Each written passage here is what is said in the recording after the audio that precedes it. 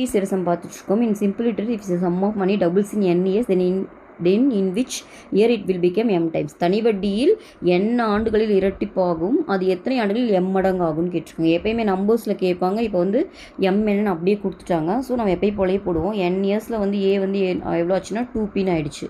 நம்மளுக்கு a வந்து தெரியும் p + iன்னு. அப்போது இங்கே 2p சப்ஸ்டியூட் பண்ணிங்கன்னா p + i, ஐயோட வேல்யூ வந்து பார்த்திங்கன்னா p.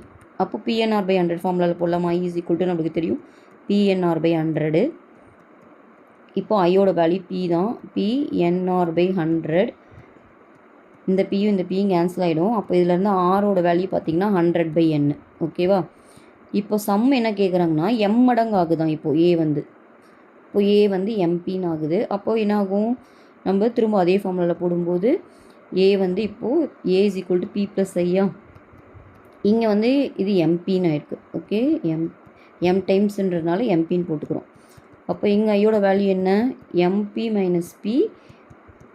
p காமனாக எடுத்துட்டிங்கன்னா m - 1. ஓகே, திரும்ப அதே ஃபார்முலாவில் போடலாமா? I = PNR/100. இப்போ இங்கே ஐ எவ்வளோ? p × m - 1. Okay, p n தான் கேட்குறாங்க, எத்தனை ஆண்டுகளின்னு தான் கேட்குறாங்க. அதை எக்ஸ்ன்னு வச்சுக்கிறேன். r வந்து நம்ம கண்டுபிடிச்சி வச்சுருக்கோம். 100/n / 100. ஓகேவா? இந்த 100 இந்த 100 கேன்சல் ஆயிரும்.